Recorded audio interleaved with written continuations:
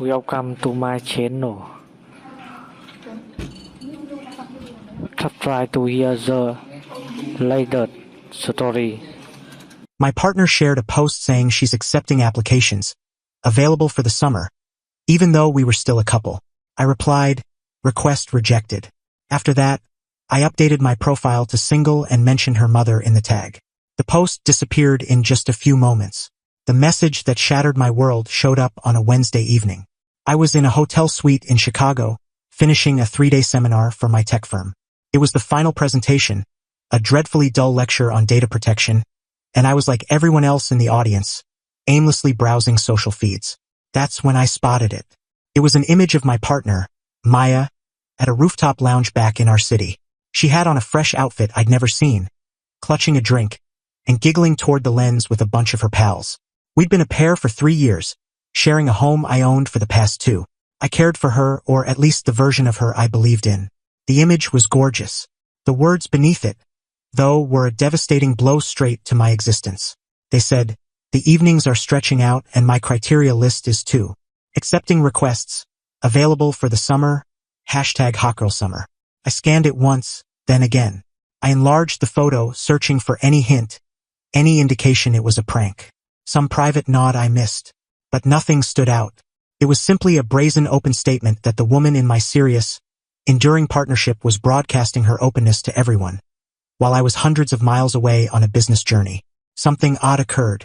I didn't experience a surge of fury or a flood of deep sorrow. I sensed a deep, nearly clinical detachment take hold of me. It was the identical sensation I have at the office when a system fails and the team is freaking out. The disorder recedes and I focus solely on the issue, the programming, and the exact, rational actions to resolve it. Maya's message wasn't a plea for attention or a gag. It was a flaw in my existence's framework. And my role was to seal it. For good. I didn't ring her. I didn't message her. I simply proceeded. My hands operated with a serene, intentional focus. I navigated to her message, already gathering approvals and flirty remarks from strangers I'd never encountered. I entered my response, brief and sharply effective. Request rejected. I submitted it. Then I accessed my own feed. My partnership indicator had read, in a partnership with Maya Peterson for 3 years. I selected modify, drop down, chose available. I confirmed the update. But that wasn't all. I understood that merely ending things wasn't sufficient. Maya's whole world was crafted for viewers. Her main worry wasn't parting with me. It was forfeiting command of the tale. She would depict me as the possessive, domineering partner who couldn't handle a jest. I had to proactively break down her version before she could craft it.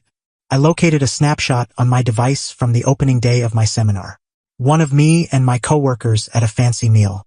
I appeared content, polished, utterly oblivious that my partnership was being openly terminated 1,000 miles distant. I shared it, and then I added my own words. Enjoying an amazing time in Chicago. Major developments ahead. Also, thrilled to begin a fresh phase in my private world. Occasionally you don't know you're available until online platforms inform you. Eager for my own hot guy summer of liberty. And then the ultimate targeted hit. I mentioned her mother. Maya's mom, Carol, is a kind, very conventional lady who thinks image is paramount. She's the leader of her place of worship's community group. Her biggest delights are her award-taking flowers and her conviction that her child was in a secure, honorable partnership with a solid guy. Mentioning her was like firing an accurate projectile into the core of Maya's backup network. I set my device on the hotel bedside table. The presenter at the seminar was still rambling about security barriers. I sensed nothing, just a silent, concentrated serenity. Took under 5 minutes. My device began to vibrate. A message from Maya. Remove that immediately. Then another. What's your problem? Why mention my mother? Then a voice call. I muted it. Then another message. It was a prank for interaction, you lunatic. You're embarrassing me. I grabbed my device and returned to her page. The message was erased. Gone. As though it never happened. But the harm was inflicted. The capture was already stored on my device. Her calls persisted. One by one. Panicked and enraged. I allowed them all to voicemail. I didn't require her tone.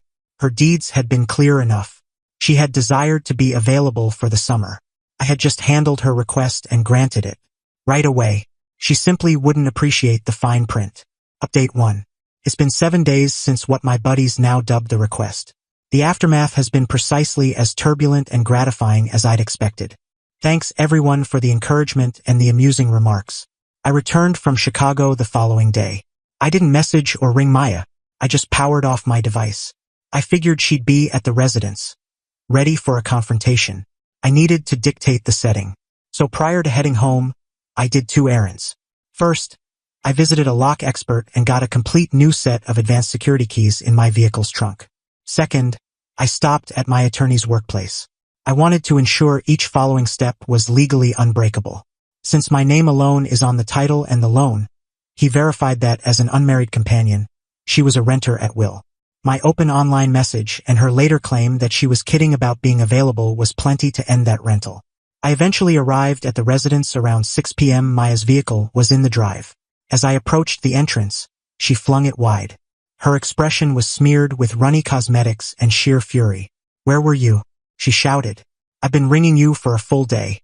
You've shamed me. My mother is losing it." I passed her into the residence, my bag wheeling after me. Did she dislike my share? I inquired evenly.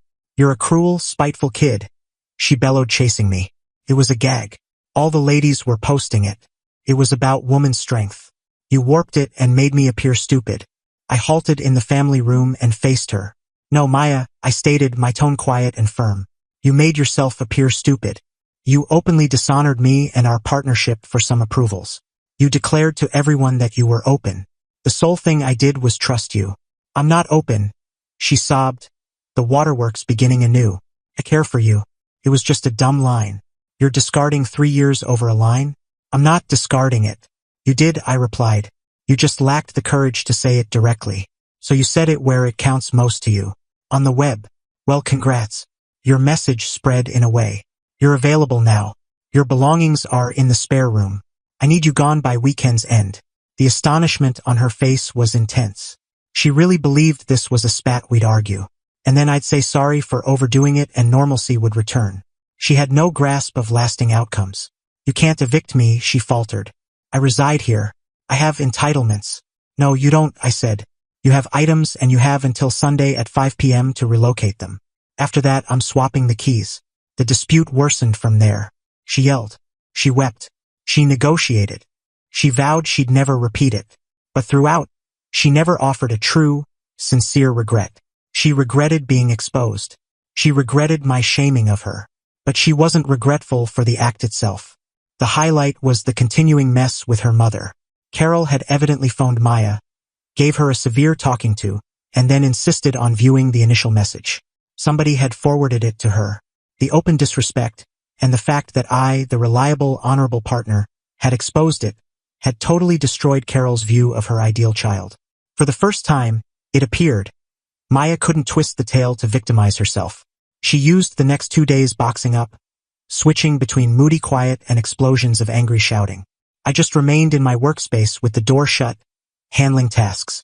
Every time she attempted another dispute, I repeated the identical line, "You have until Sunday at 5 p.m. On Sunday midday, a moving truck arrived, operated by her clearly displeased dad. They packed her items in almost total quiet. As she prepared to depart, she tried one final, frantic attempt. "So that's all," she said, her tone laced with phony feeling. "You're just discarding me? What about our Greece getaway this summer?" "Ah yes, the getaway. A 3-week island exploring trip we'd planned for a year. A trip I'd fully funded. Non-cancelable." "No issue," I said. "I've got it covered." She interpreted that as a hopeful signal. A tiny, self-satisfied grin appeared on her mouth. She figured I'd scrap it, or perhaps plead for her to join anyway. She has no clue. My closest pal, a guy who's warned me for a year that Maya was trouble, has cleared his calendar. His request for a summer companion was granted. Update 2: It has been 4 weeks since Operation Hot Girl's summer collapse. The quiet in my residence has been wonderful. Thanks once more for the massive backing. It appears many of you have encountered a Maya in your lives. After she vacated, the truth of her new, available existence seemed to strike her severely. She relocated to her folks' place, into her old room. Her efforts to recapture the tale online were a total flop. She attempted to share a vague, weepy clip about harmful partnerships and guys who can't deal with a powerful, self-reliant lady. The responses were harsh. Many people, including shared acquaintances, pointed to her first message. Didn't this begin because you declared availability while having a partner? Powerful and self-reliant is fine. Disrespectful is different. Heck, request rejected began spreading under her clip. She removed the clip in a few hours. Then arrived the legal warnings. I got a note from an attorney she somehow hired. It was a gem of unrealistic demand. It alleged I had done open slander by replying to her message and mentioning her mother. It required an open regret and a money payout of $50,000 for mental pain and harm to her image. I sent the note to my attorney. He actually chuckled during the call. We responded with a basic comeback. It attached a duplicate of the residence title, a capture of her original available for the summer message, and a courteous explanation that facts are a complete shield against slander. We also added an invoice for the lock swap and professional rug cleaning to eliminate the aroma of her arrogance. We didn't hear from that attorney again. The true enjoyment, however, has been the Greece journey. As noted, I asked my best pal Dave. We departed 2 weeks back. For 3 weeks, we've been experiencing the existence Maya had envisioned for herself, but minus the endless selfie-taking and griping about the illumination. We visited Santorini, Mykonos, Crete. We trekked, we sailed, we savored amazing meals. It has been, unquestionably, the greatest holiday of my life. And I've been recording it. Not overly. Just one solid, thoughtfully framed image every couple of days on my feed. An image of me and Dave on a vessel with the breathtaking blue Aegean behind us. An image of us at a eatery, chuckling over a wine bottle. An image of the vista from our Santorini hotel, the one she'd spent months selecting. My words were straightforward and upbeat, creating lasting recollections. Greece is a small paradise, so thankful for great pals and fresh journeys. I never named her. I never alluded to the split. But I didn't need to. Every one of our shared friends, and likely Maya too, viewed those shares. They saw me in the precise spots she'd dreamed about, enjoying immensely with another person. I wasn't merely enduring the split. I was flourishing despite it. I had claimed the future she discarded and was relishing it without her. The updates from home have trickled in via friends. Maya is reportedly wretched. She views my shares. Her folks are said to be fed up with her sulking around the place. Her hot girl summer has involved bickering with her mom and attempting to repair her damaged online persona. She tried to set up a trip with pals to a budget, package deal spot in Mexico, but it collapsed because nobody wanted to cover her share. She believed her online message was a bold play, a method to keep everything. She wanted the safety of our partnership while openly seeking upgrades. She basically misjudged our bond's essence. It wasn't a sponsorship deal. It was founded on honor. And the instant she torched that honor for some approvals, the whole thing crumbled. Final update. I'm penning this closing part from my rear deck, observing the dusk. It's been half a year since I initially viewed that notorious online message. My existence is calm, it's tranquil, and it's completely mine. The Greece journey was a pivotal moment. It cleared the remaining traces of resentment and filled them with a deep feeling of liberation. The tale of Maya's collapse has turned into a community myth in our group. Her bid to be a content creator exploded in the most epic manner. Her image, constructed on phony genuineness, was revealed as simply phony. The available for the summer message wasn't merely a disloyalty, it was a disastrous choice. She forfeited all trustworthiness. Last I learned, she's employed as a front desk worker at a tooth clinic, a position her dad arranged. Her online presence is now mainly images of her parents' pet. Her mother, Carol, really mailed me a brief pen note a few months back. It was a regret. She regretted her child's actions and for not noticing earlier. She said she wished I was content. It was a graceful gesture, and I valued it. I never responded, but I was pleased she got it. The most rewarding aspect of this whole saga wasn't noisy or theatrical. It was the calm, systematic breakdown of her complete outlook. Maya thought her digital self was worth more than our actual partnership. She thought she could manipulate the tale, that she could create a public show of our bond without repercussions. My retaliation was merely to accept her statement and impose tangible outcomes on her virtual deeds. I replied, request rejected, not only to her message, but to her whole approach to existence. Her request to mistreat me? Rejected. Her request to exploit my existence and assets to grow her phony image? Rejected. Her request to keep a steady, affectionate companion while openly trying out substitutes? Rejected. Rejected. Rejected. I encountered her once about 4 weeks ago. I was at a supermarket on a Saturday dawn. She was in the payment queue before me, purchasing a pitiful frozen meal and a flask of inexpensive vino. She appeared ordinary. The content creator shine had vanished. She was just an average individual appearing weary and discontent. She noticed me, and for a moment, a spark of the former haughty rage showed in her gaze. But it faded quickly, swapped for an expression of utter, crushed shame. She simply looked away and avoided eye contact again. I didn't utter anything. I just settled for my items and exited. There was nothing more to express. I had already expressed all that mattered with a few taps on a screen. She desired to be available for the summer. I just ensured she received precisely what she asked for.